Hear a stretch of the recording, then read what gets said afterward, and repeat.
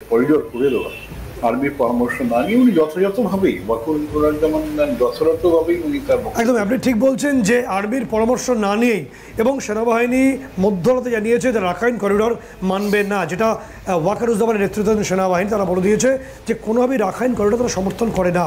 এরকম একটা অবস্থা যে ছবি আমরা দেখছি, খুব উল্লেখযোগ্য ছবি, যে সেনাবাহিনীর আর একটা অংশ যারা খলিলুর রহমান নিয়ন্ত্রিত, তারা নির্দিষ্টভাবে চিকেন নেক নিয়ে ভারতকে থ্রেট করছে।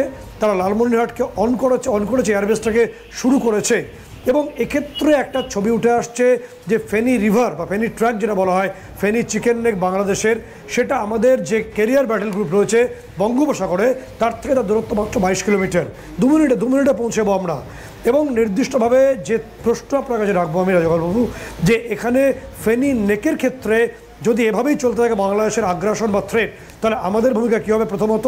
এবং এক্ষেত্রে ইসরায়েলের একটা ফর্মুলা হলো যে সিরিয়ার যে ফর্মুলা, সিরিয়ার গোলাম হাইটস তারা দখল করে নেয় যখন সেখানে আসাদ আল বাসার পালিয়ে যাচ্ছেন, এবং একটা বাফার জোন ইসরায়েল তৈরি করেছে 50 থেকে 60 কিলোমিটার। ভারত কি কোনোভাবে এরকম তার সীমান্তের অংশ থেকে 50 থেকে 60 কিলোমিটার পর্যন্ত একটা বাফার জোন তৈরি করতে পারে বৃহত্তর স্বার্থ এবং জাতীয় সুরক্ষার জন্য যদি পরিবর্তিত পরিস্থিতি তৈরি হয়?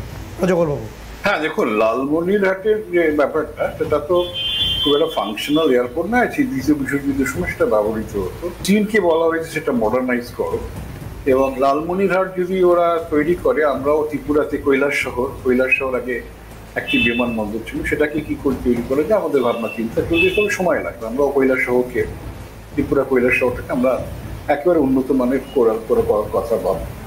দেখুন, বাংলাদেশ যদি ভারতের সঙ্গে কোনো একটা এই ধরনের চিন্তা করে যে ভারতের চিকেন নেক দখল করবে, আপনি দেখেছেন হেমন্ত বিশ্ব শর্মার যে স্টেটমেন্টটা সবসময়